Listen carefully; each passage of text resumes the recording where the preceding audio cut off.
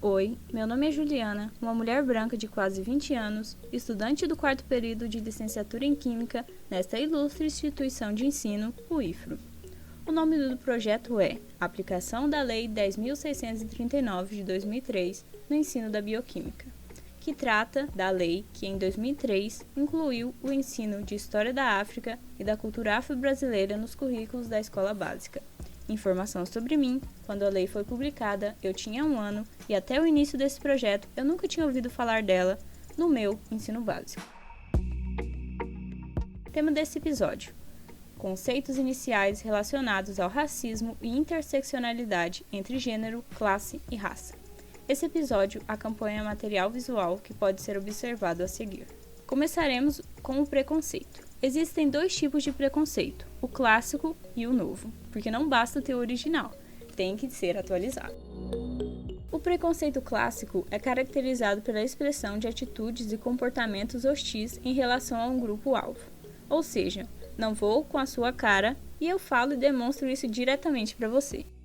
Já no preconceito novo, o atualizado, a sua expressão apresenta-se de forma menos aberta e mais encoberta, pois dessa forma pode-se driblar as normas sem feri-las abertamente. Ou seja, não vou com a sua cara, então não vou te contratar porque eu tenho direito de escolha e eu escolho o candidato branco.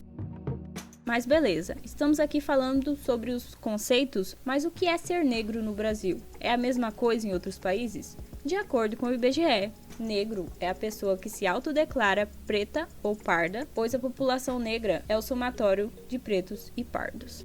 Agora, nos Estados Unidos, já é diferente. Se você tem um parente descendente de africano negro, você é negro, mesmo que seu tom de pele seja claro.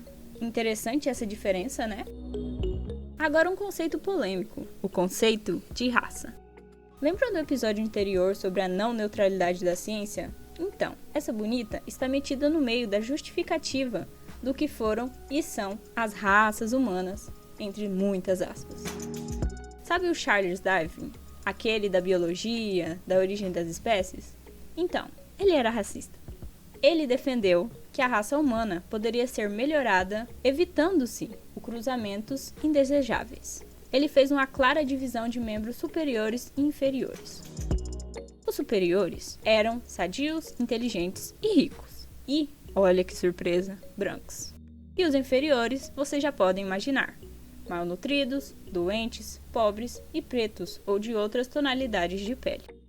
Ele também fazia hierarquização de gênero, ao dizer que chorar é um ato primitivo, porque a emoção é um estado primitivo e é encontrada principalmente nos animais, nas crianças, nas mulheres e nos velhos, além de nas raças diferentes dos europeus, que os selvagens derramam lágrimas abundantes por razões extremamente fúteis, igual às crianças pequenas.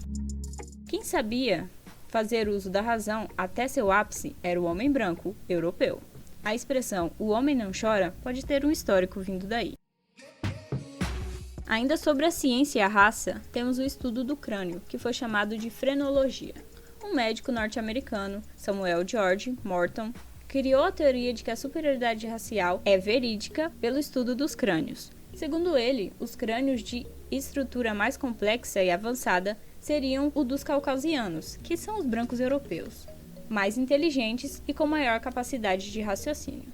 Na hierarquia proposta por Morton, o caucasiano teria o crânio melhor desenvolvido, seguido pelos povos nativos da Ásia, China e arredores, Oceania, os malaios, e América, os índios, seguido, por fim, pela população de origem africana, os etíopes. Sabe quanto tempo esse papo foi dado como válido? 150 anos. 150 anos.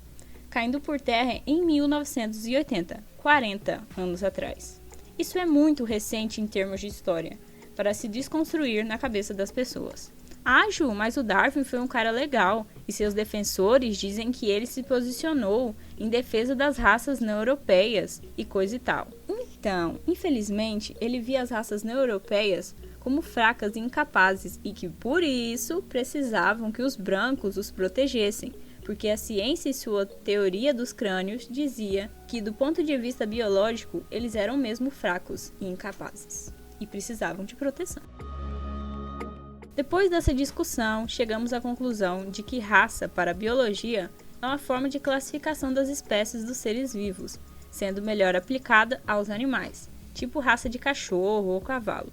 Mas não existem, biologicamente, diferentes raças humanas, pois somos geneticamente idênticos. Raça é um conceito muito mais social do que científico.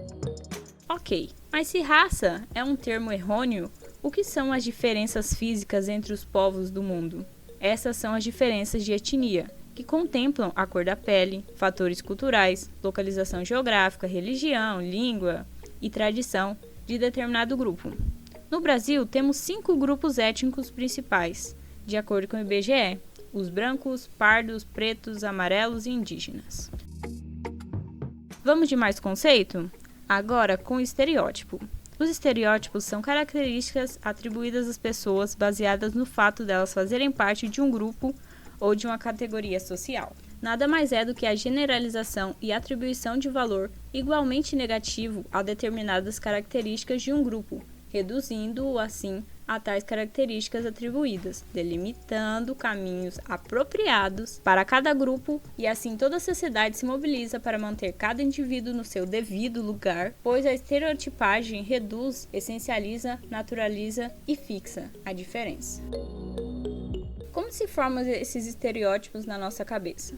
Através da construção social que ocorre com a convivência e consumo de diversas mídias. Lembram do relato do primeiro episódio? Então, aquilo ali é construção social. Por exemplo, você ouvinte está vendo um filme e tem um negro no papel de garçom de um jantar de negócios de uma empresa de homens brancos. Inconscientemente, você vai internalizar que o lugar de negro é ali e que de branco é no outro lugar.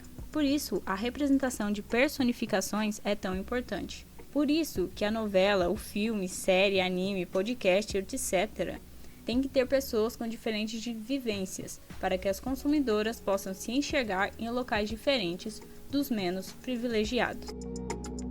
Beleza, falei de representação. Mas não seria representatividade? Não, são coisas diferentes. Representatividade é quando a minoria tem poder e local de fala no ambiente em que está. Ela não seria a personagem de um filme, ela seria a diretora ou roteirista dele. Então, falando sobre racismo num podcast ou documentário, um negro estaria ali contando a sua visão e vivência sobre aquilo, e não o branco. Parece contraditório esse podcast, né? Mas logo fica tudo explicado. Exemplos de estereótipos. Eu vou descrever 5 situações, e se o personagem ideal que você pensar para essa minha história, você vai ter entendido o que são estereótipos. Número 1. Um trabalhador da indústria da construção, pedreiro, realiza uma ação incorreta. Imaginam que essa pessoa é o João, um homem negro. 2. Um item foi roubado numa loja e existem 2 suspeitos, um negro e um branco, sendo que o branco demonstra estar inquieto, mas todos afirmam que foi o negro que cometeu o furto. 3.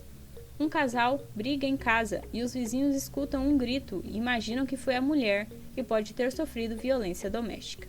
4. Uma pessoa está limpando uma casa de alto padrão e essa pessoa é a mulher negra.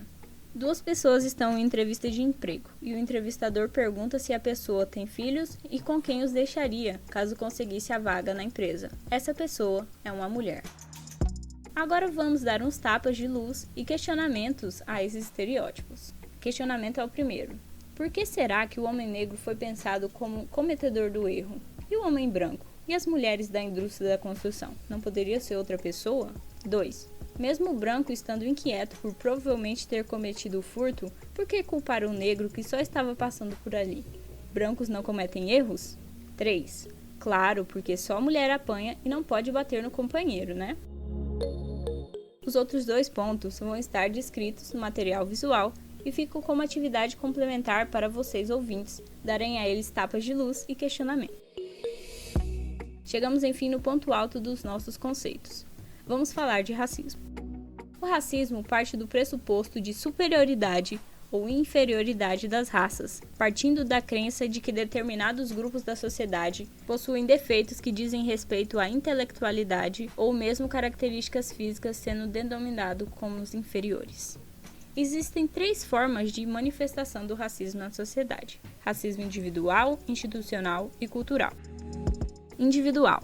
O mais comum: Os praticantes acham que determinados grupos raciais são inferiores a outros por possuírem peculiaridades em suas características genéticas ou físicas. Tudo que o grupo racial considerado inferior faz é feio e não digno. Racismo institucional tem como objetivo a manipulação constante de instituições a fim de atingir objetivos racistas, sendo extensões de pensamentos racistas individuais nas instituições. Indivíduos racistas passam a agir com a tutela de uma instituição com o intuito de atingir grupos raciais inferiorizados, dificultando, por exemplo, seu acesso a um cargo ou vaga de estudos. Racismo cultural, expressão individual e institucional da superioridade da herança cultural de uma raça com relação a outra. Diz que a sua cultura é melhor que a do outro e a despreza. Mais uma polêmica. Existe racismo reverso? Resumindo a história, não existe. O racismo diz que parte da população sofreu com a exploração da sociedade de forma oficial, como a escravidão, por exemplo, que ocorreu por muitos anos de forma naturalizada, como a exploração do trabalho, segregação financeira, de moradia e perseguição cultural sobre a justificativa da raça. É estrutural e envolve toda a sociedade. Para ter racismo reverso, seria preciso que a população branca fosse submetida ao mesmo período de privações e condições para defender a existência de um suposto racismo reverso. Outro conceito, interseccionalidade entre gênero, classe e raça. Essa palavra difícil acompanha uma imagem no material visual que representa ela diretamente. Em resumo, interseccionalidade é um termo que diz que gênero, classe e raça estão relacionados quando se fala sobre a hierarquização de privilégios ou desprivilégios. A pirâmide de privilégios seria assim, com base nessa interseccionalidade. No topo dos privilégios temos o homem branco, seguido pelo homem negro, mulher branca e mulher negra, o que implica no ganho salarial e locais de trabalho. Se a pessoa é rica e tem dinheiro, vai subindo o status de privilégio, e se for pobre, vai escorregar até a base da pirâmide. E por fim, temos o conceito de discriminação.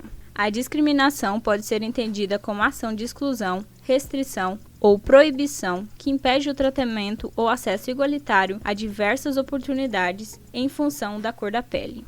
É a materialização do racismo e preconceito que viola direitos das pessoas com base em critérios sem justificativa plausível. Se discriminação é exclusão, temos outro conceito que se relaciona a ele, a discriminação positiva.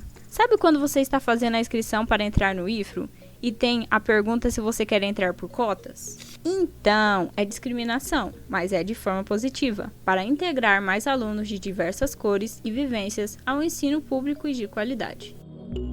Por que lembrar da interseccionalidade e a pirâmide de privilégios? Ela também tem a ver com a educação e oportunidades de ingresso na escola e universidade, mas isso já é papo para outro episódio. Depois de todos esses conceitos e debates jogados na roda, tire um tempo para pensar e nos vemos no próximo episódio, querida audiência. Sayonara!